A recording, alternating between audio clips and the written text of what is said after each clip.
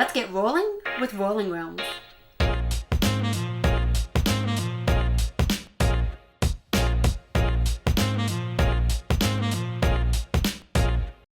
We're going to take you through a round of Rolling Realms. In Rolling Realms, you are playing 3 rounds, and in each round you have 9 turns. So what you're doing is you draw 3 random cards from the deck, and you place them down, and those are the cards you're going to be using for that round. The other player is going to go through their deck and find the same 3 cards. Each turn, you roll 2 dice, write in the numbers, and then choose to use them on one of your realms. Now, saying that, you can only use 1 die per card, per turn. So let's have a roll and see what happens. So, in this case, we have 2 4s. So we're going to put in 4 and 4, and then we're going to look at our cards and see what we can do. So in this case, on our first turn, if I choose Tapestry, I can choose this Tetris piece here and draw it onto the board. If I choose my little scythe, I can outline one of the hexes. And if I choose Viticulture, I can circle one of the grapes at this point. So for the first one, I am going to go over here to Tapestry, and I'm going to find a way to make this work. So I am going to outline my shape. Now, if I complete 1 small box, I would get that resource. And when you collect a resource, you would circle it up here. Now, I have not completed one on this card, so I don't do that. And here, I am going to circle a grape. So what you're doing on the grape cards is you are outlining a grape, and later on you can add 1 die and as many grapes as you need to fulfill one of the wine orders. And you also get a heart. I do get a heart because I outlined the grape with the heart underneath. So I circle my resource, and later on I can trade in my resources for special powers. Now, using these powers, you can use them on another card, especially these ones here where you can gain a die, but it still needs to be a different realm than you used your other 2 die. So let's give it a roll and see what happens. So we have a 1 and a 5. So if I use the 1 on Tapestry, it's just an individual square. The 1 here doesn't really excite me on the Viticulture card because I need to add everything together, and a 1's not that valuable. So I'm going to come over here and outline my 1, and I get a pumpkin for that. Now, if I get the matching pair, then I'll end up getting a coin. So if I get another 1 and I outline this one, I will be able to get a coin. Oh, I did not use my 5. Look at me. I'm going to use my 5 on Viticulture.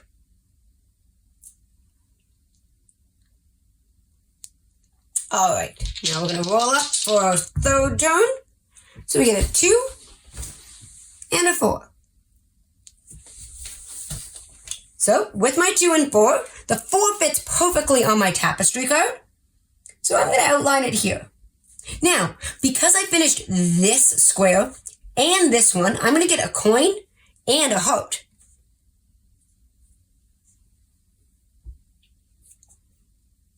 So that was the 4. Now I'm going to use my 2 over here to gain an additional heart. Oh, sorry, I'm tracing out the wrong one. These are dry erase, so it is quite nice. And I will get a heart for that one. Now with 3 hearts, I can gain a die of the same value as either of these die that have been rolled. And I would have to use it on Viticulture if I chose to do that, because I had already used these 2 realms this turn. For right now, I'm not going to do that.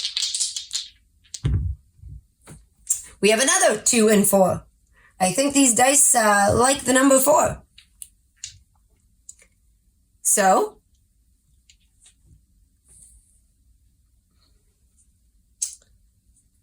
I am going to use the 2 to finish off this area. Because I finished this box, I get a pumpkin. And now that I've finished an entire column, I get a star. And now with my 4, I am going to come over here and draw out a 4. And it will get me another pumpkin. Now, resources at the end are only worth 1/10, so 0.1 of a star. So they're really not that valuable just to hang on to. So it's definitely worth spending them if you can. So I'm going to use my 6 now and my 5 to fulfill this grape. So once I use the sum of a die and the value of at least 1 grape, I cross off that grape and I get to fulfill that wine order. So 6 plus 5 will get me my 11. And it will get me 2 stars.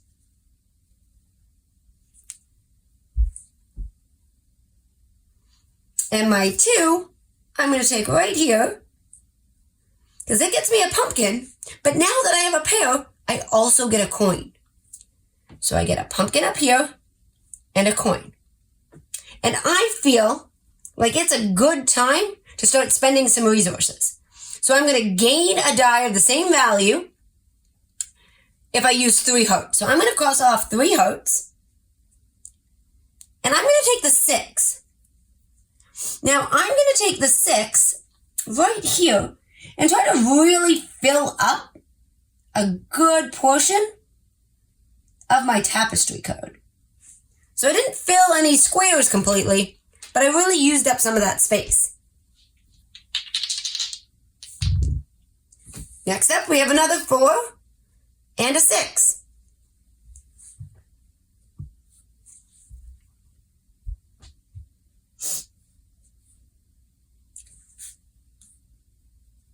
So I'm going to use my 6 on my viticulture card. I'll get the pumpkin. And then on the 4, I'm going to take it over here on my little side. Because now I have 2, so I'll get a heart and a coin. Now, with all these coins, I'm going to spend 1 coin to get a die of valued 1 to 6 based on how many coins I spend. So if I spend 3 coins, I can have a 3 die. But I only want a 2. So I'm going to spend 2 coins. And I am going to take this little 2 right here. And I'm going to fill in this area. So by doing that, I have now filled in this box, so I get a pumpkin. I'm going to have to start using these pumpkins. All right, and that's the end of the turn. Ooh, this is perfect. We have a 3 and a 4. So, when you have a 3 and a 4, or any one that has a value of 7, you can spend 2 coins to get a die of the same number of one of the ones that are rolled. So if I can find a way to gain an extra coin, I might be able to do that. So let's have a gander at what I can do.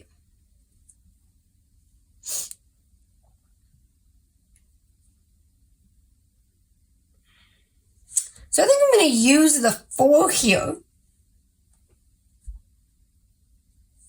leaving me with some awkward shapes, but I'm okay with that. It lets me finish off this space with the coin, which is amazing. Now, what am I going to do? I actually only want to spend 1 coin because I really want a 1 die. So I'm going to spend 1 coin. Ooh, I can't do it. I just stopped myself. Because I already played something on this card, I can't actually do it again this round. So, it looks like I have to spend my 3 somewhere. So I'm just going to do my 3 right here. And gain a heart. And that is the end of this turn. We have 2 more turns to the end of this round. And we have a 4 and a 5.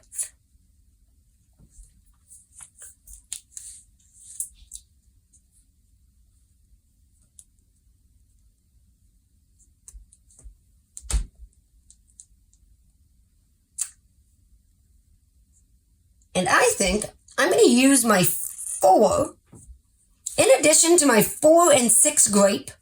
So I'll cross them off. And I'll use this 4. And I'm going to fulfill my 12 wine. So that's going to give me 2 stars. And I still have a 5 to use. So what shape is a 5? So I can't use it over here. So I'm going to have to come over here and take my 5 and gain myself a heart. And it looks like that is it for this round. Oh, sorry, not round. One more roll. 2 ones. This is actually hugely beneficial for my board. I'm going to put 1 here. It's going to gain me a heart. But I fulfill another column. So, that's going to get me another star. Now, I didn't do a very good job this game filling up my rows, but I did manage to get 2 stars. And now with my 1 here, this isn't too bad. I now doubled up here, so I'll get a heart and a coin. And I will be able to buy a die for this board. And I could spend 2 hearts to gain a die of the same value. I can adjust my die up or down. And if I spend 3 pumpkins, I can actually use it in a realm I've already used this turn. And that's what I'm going to do. Because if I get this 1 right here. Oh, no, actually. I'm going to pay 1 coin to get a die. And then I'm going to spend 3 pumpkins to fill in this. It's going to gain me a pumpkin. But more importantly, it's going to gain me a star. And that is 1 round of Rolling Realms. So we are now going to score. So I'll have 1, 2, 3, 4, 5, 6, 7 here on these 2 cards. But this one scores a bit differently. You score 2 stars per resource type. That you have gained at least 6 resources this round. So I only scored 5 coins, so it's not going to be that. I scored more than 6 in my hearts and my pumpkins. So I'm going to get 4.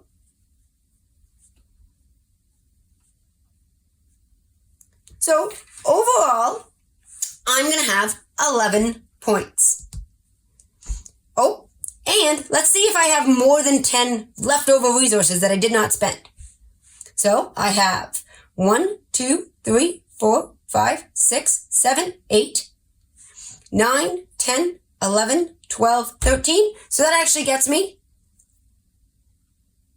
1 extra point. So overall, we're going to wipe off these boards, keep all around, draw 3 more random cards, and start round 2. You go through this process 3 times for a total score, and whoever has the most stars is the winner of Rolling Realms. Rolling Realms is a really interesting roll and write game in the fact that every card that you're drafting is actually a dry erase board. I really like this mechanic because it gives you variety in what you're doing each round because you're drawing 3 random cards. So instead of having 1 sheet for your board, you have multiple different combinations. Yeah, no, I like how you can just hand out a deck of cards to everybody at the table, a pen, an erase pad, and you're good to go. So I feel like from a component standpoint, it's quick, it's easy, it's a lot better than dealing with a number of sheets. The chunky dice, I like those, and then Yes. I also like just the almost becoming a Stonemaier standard, like that linen finish book that holds up well. So this game, the replayability of this game truly comes from the variety of cards. So each card in and of itself gives you a little feel for some of the other Stonemaier games out there. They did an incredible job kind of incorporating the themes of those games onto one individual card. And then when you're playing, you are drawing 3 different cards. So each round, you have a different feel based on the combination of cards you get. So it's not just that there are different cards in the game, but each round is going to play differently based on the combination you have. Sure, I don't want to get into permutations, but there's 11 cards in the deck. You're going to play 3 in 3 different rounds. So you're only going to use 9 of the 11, but you're most likely going to have different combos if you play this 100 times. So, yeah, no, I thought that was very interesting. And the one cool thing is, I don't think I told you this, but I saw online that for Terra Mystica, they released a 5-card expansion pack. So I think as this system might grow over the years, that you'll be able to add more cards to it. That was at one of the cons, I believe they had that. Yeah, I think it's just Promo pack. some promo pack, yeah. One cool thing when we were playing this game at a group the other day is when we got to the viticulture card, somebody just mentioned, this is actually cool that the card is really drives home what viticulture is, because you had to collect grapes and then get rid of the grapes to sell glasses of wine. So, it's very interesting how they've tied together thematically the different games. Like the tapestry card Yes. very much feels like when you're playing tapestry. So it's not just like they've just thrown something at the wall and just said, okay, here's this game, and just made it work. There's actually some thought that's been put into what these games feel like. Absolutely. And I mean, it is a easy to learn game. The instructions on all of the cards are straightforward, so you're not racing back to the rule book.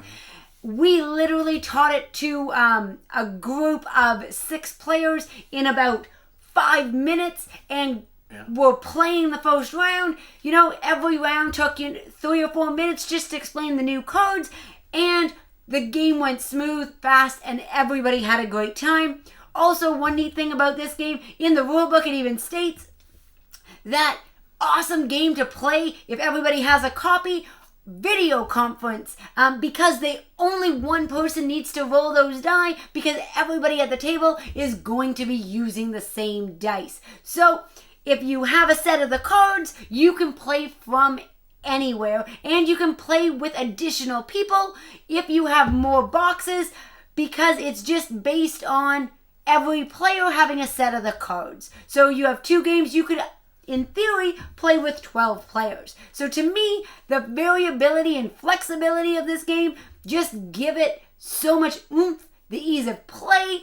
You could get this game out 6 months, a year later, and you would still be able to play it quickly, which for us, from a replayability standpoint, is quite important. I feel like this game for the MSRP at $15 is almost a no-brainer. If you're into roll and write, I would add it. Who is this game for? I think it could literally be for anyone. If you're a real gamer, you're going to love the nuance of all of the Stonemaier games in there. And if you're a new player, it might introduce you to some of the other Stonemaier games. And I think everybody will love it, whether it's the main game of the night or a filler game. So overall, this game goes the distance for our collection.